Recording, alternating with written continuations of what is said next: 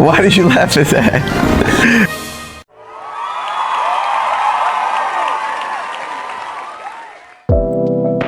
Before the world started chanting his name, before the sold-out arenas, the Grammys, the global respect, there was a young boy in Nigeria who felt misunderstood.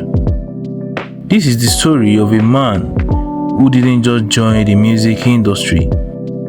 He broke the door down and demanded a seat at the head of the table.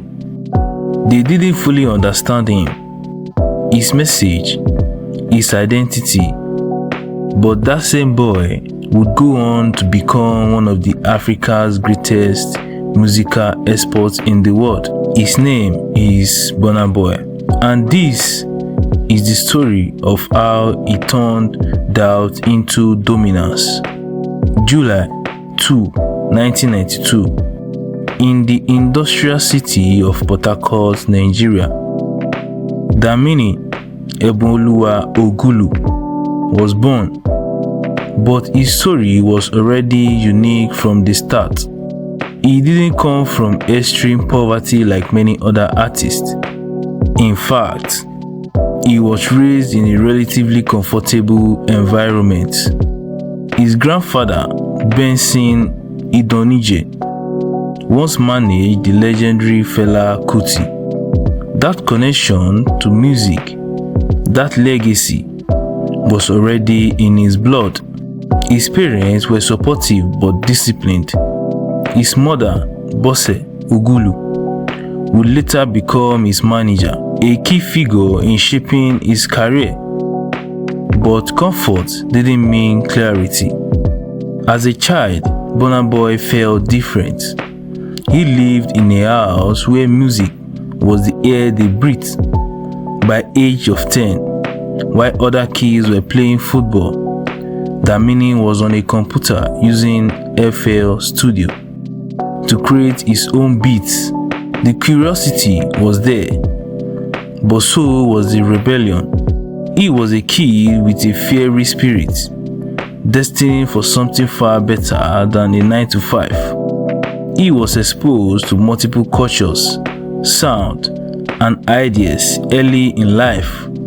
He listened to reggae, dancehall, Afrobeat, and these sounds slowly shaped his identity. During his early years, Burna Boy moved to the United Kingdom for school.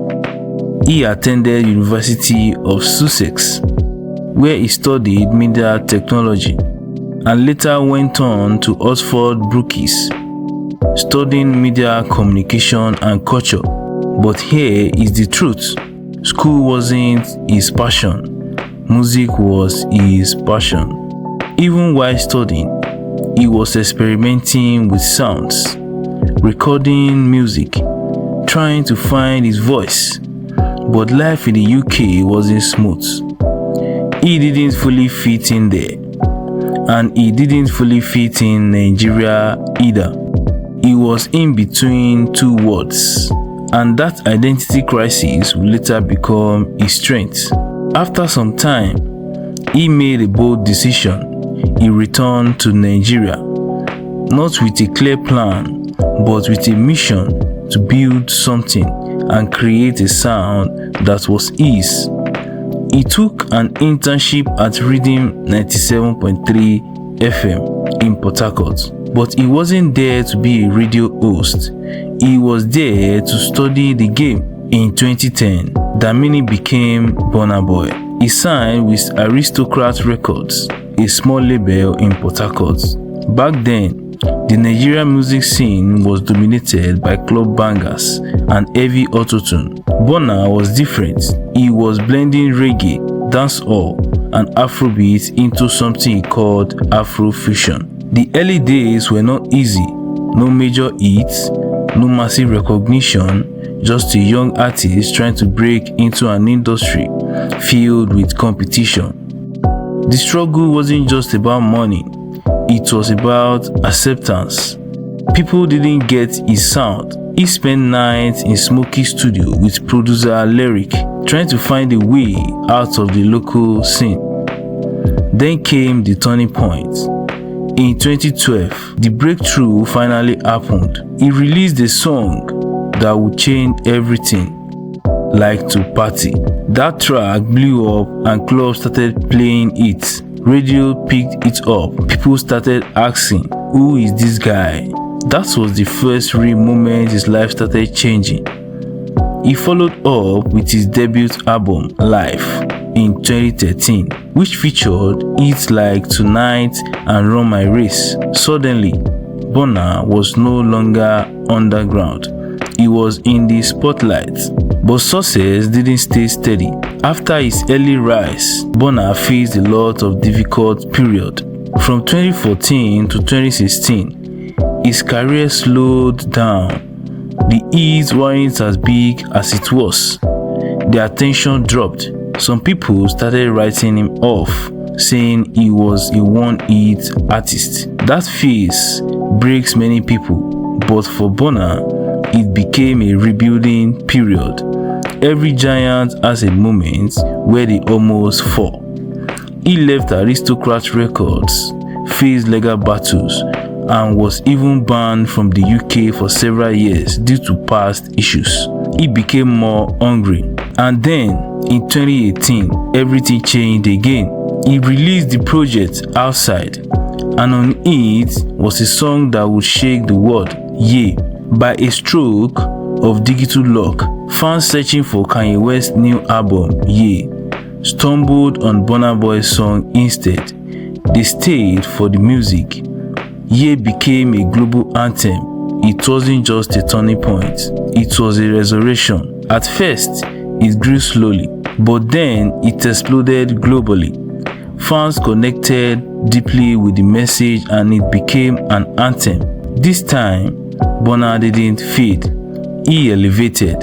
From that moment, his rise became unstoppable. In 2019, he released African Giants. The album received international recognition and was nominated for a Grammy Awards. He didn't win that year, but instead of slowing down, he became stronger. In 2020, Burna released Twice as Tall, and this time he won.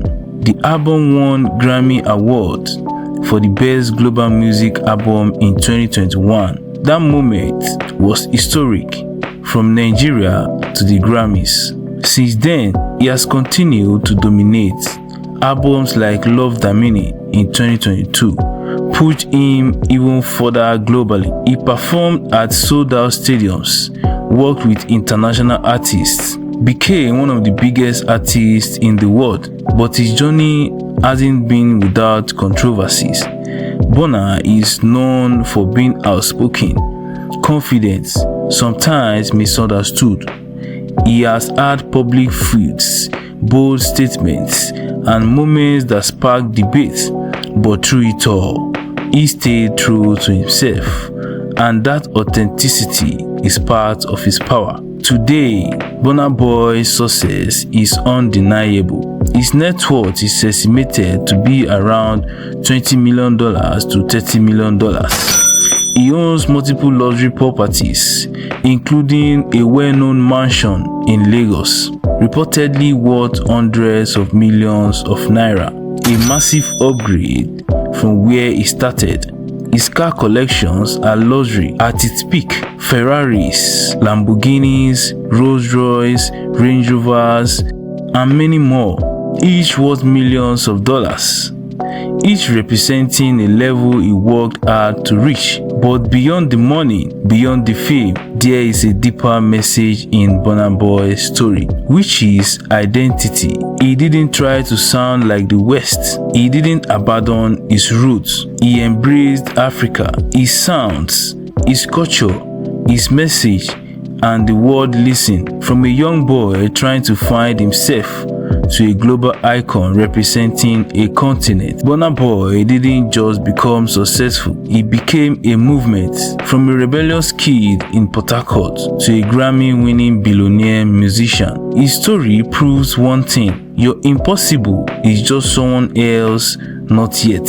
He didn't change his sound to fit in the world. He made the world change its ears to fit his sound. Whether you love him or hate him, you cannot ignore him. He started as Damini, he became Burna Boy, and today he stands as the African giant. So, what's your excuse? Start your story today.